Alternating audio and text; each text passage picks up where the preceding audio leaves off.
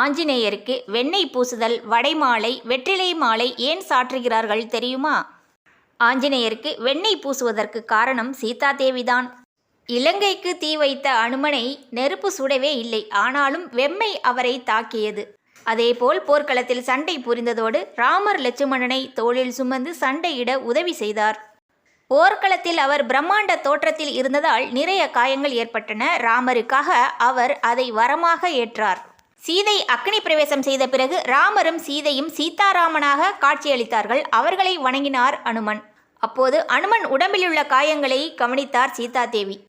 தாயுள்ளம் கொண்ட சீதாதேவி உடனே வெண்ணெய் எடுத்து வர சொல்லி அனுமன் உடம்பில் பூச செய்தார். உடனே அனுமனுக்கு தீயின் வெம்மையால் ஏற்பட்ட பாதிப்பு குறைந்தது. இதனால் மகிழ்ந்த அனுமன் தனக்கு வெண்ணெய் சாற்றுபவர்களின் நோயை ராமரின் அருளால் முழுமையாக குணப்படுத்துவேன் என்று கூறுகிறார். இதனால் அனுமனுக்கு வெண்ணெய் சாற்றுவதை பின்பற்றி வருகிறது.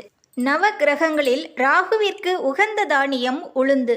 ராகுவால் மனிதர்களுக்கு சில தீமைகள் ஏற்படுகின்றன. அதை போக்குவதற்கு உளுந்த வடையை மாலையாக்கி அனுமனுக்கு சாற்றினால் ராகு தோஷம் நீங்கும். இதில் கருப்பு உளுந்தாக இருந்தால் நல்லது. வெற்றிலை மாலை சாற்றுவதற்கும் ஒரு கதை உண்டு. அசோகவனத்திற்கு சென்ற அனுமன் கணையாளியை சீதையிடம் கொடுத்தார். அதை பார்த்ததும் மகிழ்ந்த சீதை அவரை ஆசிர்வதிக்க நினைத்தார்.